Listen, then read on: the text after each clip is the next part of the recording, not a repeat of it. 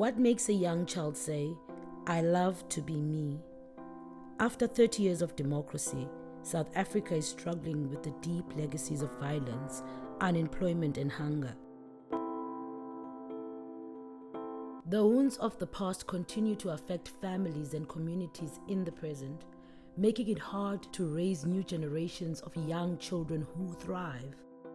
Vuk'uzenzele is a community near Cape Town, South Africa, where a unique collaboration between early childhood educators, parents, carers, art therapists, and researchers have been working to transform this situation, creating circles of support around young children through the arts.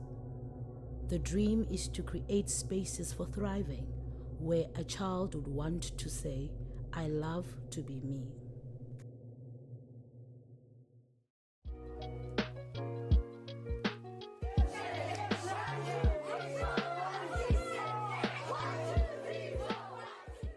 Communities have always known how to come together with song, dance, and story for resilience and healing. Science has been catching up with this innate knowledge. Research shows that when young children play through the visual arts, drama, music, and storytelling, they develop the neural pathways for thriving. Children experience greater well-being, cognitive, and social development, even in settings where structural inequalities continue to do harm. Ubomi yimfundo, creating circles of support.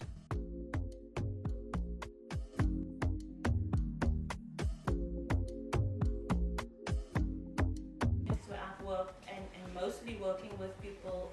Ubomi yimfundo is a participatory action research collaboration bringing together the Anton Lubowski Educational Trust, the Spiel Arts Therapies Collective, Brunel University in the United Kingdom, and diverse partners in the early childhood education sector. Within the conference that also speaks to this project. By 2030, we're going to do ABC. No, it's not possible. In January 2025, 3 visioning circles were held to explore creating circles of support around young children while strengthening their family and social structures through the arts.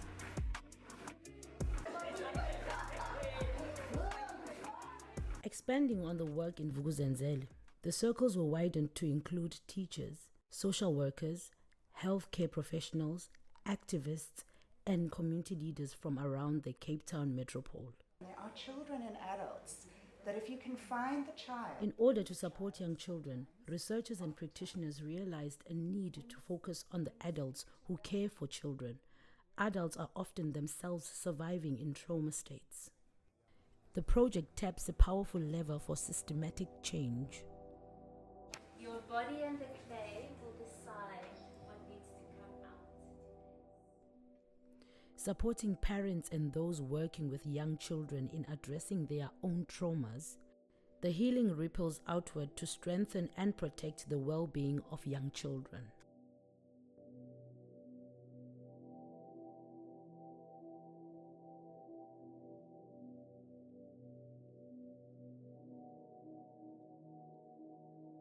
Creative learning pedagogies were suppressed under apartheid, and they remain underutilized in the current education system.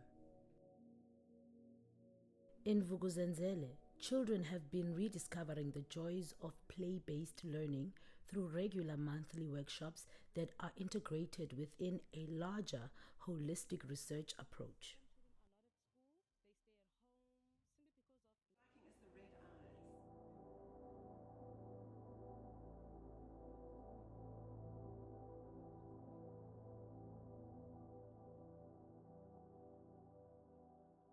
Talking about the rigidity of a particular culture, the way they want us to do something, and a child not having the voice, because there's that very fine balance between actually guiding a child because you're the adult versus the adult doing more damage to the child based on not having its voice, and the suppression of that ultimately causes those environments of harm. Great to see you. On day 3, The circle was widened to include interdisciplinary partners in health, education, social development, food, and nutrition. That just an invitation to speak in whatever comes first and feels comfortable, and we will find a way with each other to help each other understand. A part of our time together will be doing some creative work. And at no point would it be an instruction. It's always an invitation. And you are welcome to engage with it in a way that feels good and comfortable to you. Look after your body, be here in exactly a way that feels right for you. Who you are as a person is very, very welcome as we are kind of visioning and playing around these ideas. Hi everyone, my name is Ponzila and I'm from Japanese. Thank you. I am Masage. My name is Lucy, translated to Let Us Build, and I'm from the Sustainability Institute. Thank you. Let us build indeed. Thank you. My name is Lumi. I'm from the Sustainability Institute. I lead the local wild food hub. The session opened with some movement to help the group warm up, feel comfortable, and prepare to tap into their creative energies together.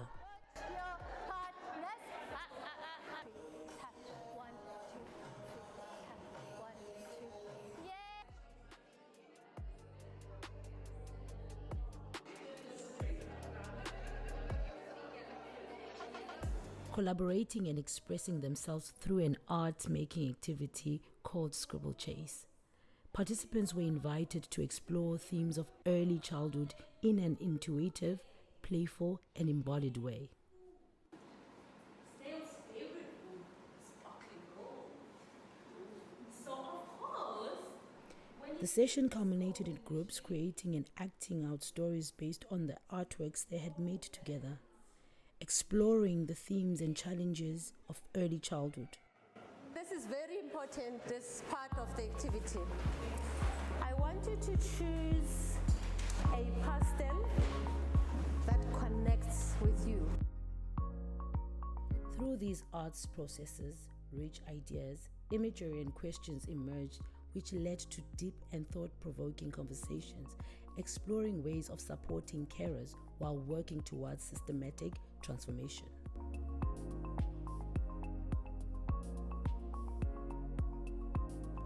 The learnings from visioning circles opened a wider opportunity to envision new art-based approaches to support young children in the South African early childhood education system, including parents, teachers, community leaders, policymakers, and interdisciplinary partners in arts-based dialogues and practices. This project is shaping new pathways to leverage the arts for systematic transformation.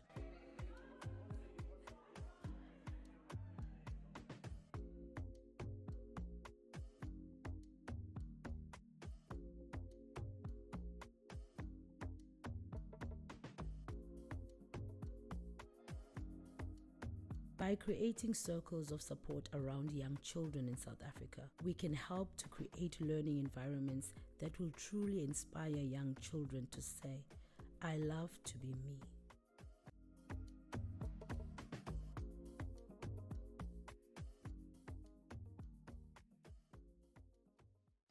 The ones that are different and not coming to say, where's the menu in the kitchen? You know, like, where's your curriculum? I can have it on the wall, but who is it for? Because it doesn't mean anything to the person who matters. This is for you when you come in to tick your checklist that I saw this, but it doesn't relate to the work. So they miss that. They miss what you're doing. They just want to do, they come with their checklist. how do you measure the impact that Auntie Rose has had beyond the material, beyond the numbers? And I think there's that invisible quality of impact that makes up the fabric of society. That we're saying we want these structures in place, but they're also like very visible, invisible structures that make up for a full nourishment of a child. So I think we should account for that magic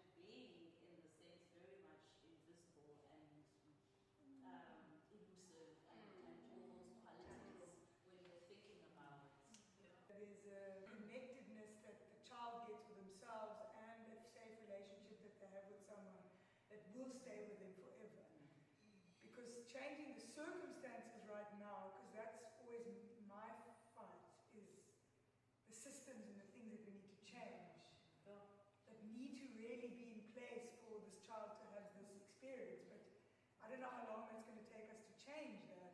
And we do need to keep working at that. But at the same time, we need The gold.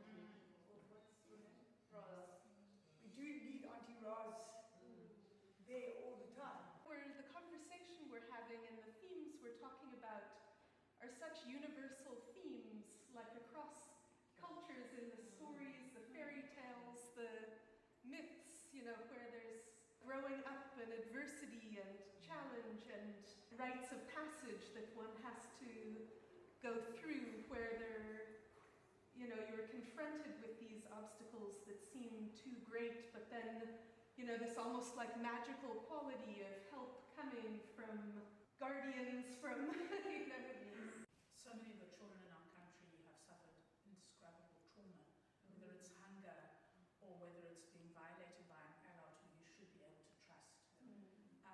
And how do you navigate to the point where you can stand up tall as a little person and say, that's not my cat? Because in a way, I kind of feel like that's what we want to help our children with, in the face of so much that you can't trust in the world. And how can you believe in your own vision that there's something there that's okay and safe and that you can navigate to? When I look at this picture now, I see how much a child needs love, how much a child needs a spiritual life for God, how much a child needs a leader, and what else is here? Support, someone all the way to reach his goal.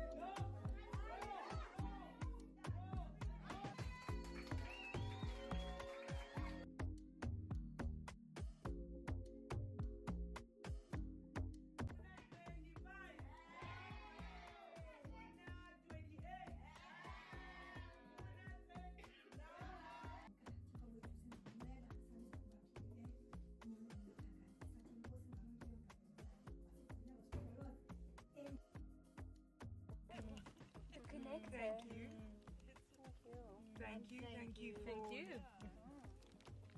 sacrificing your daughter's birthday. A week. Coming to be a week.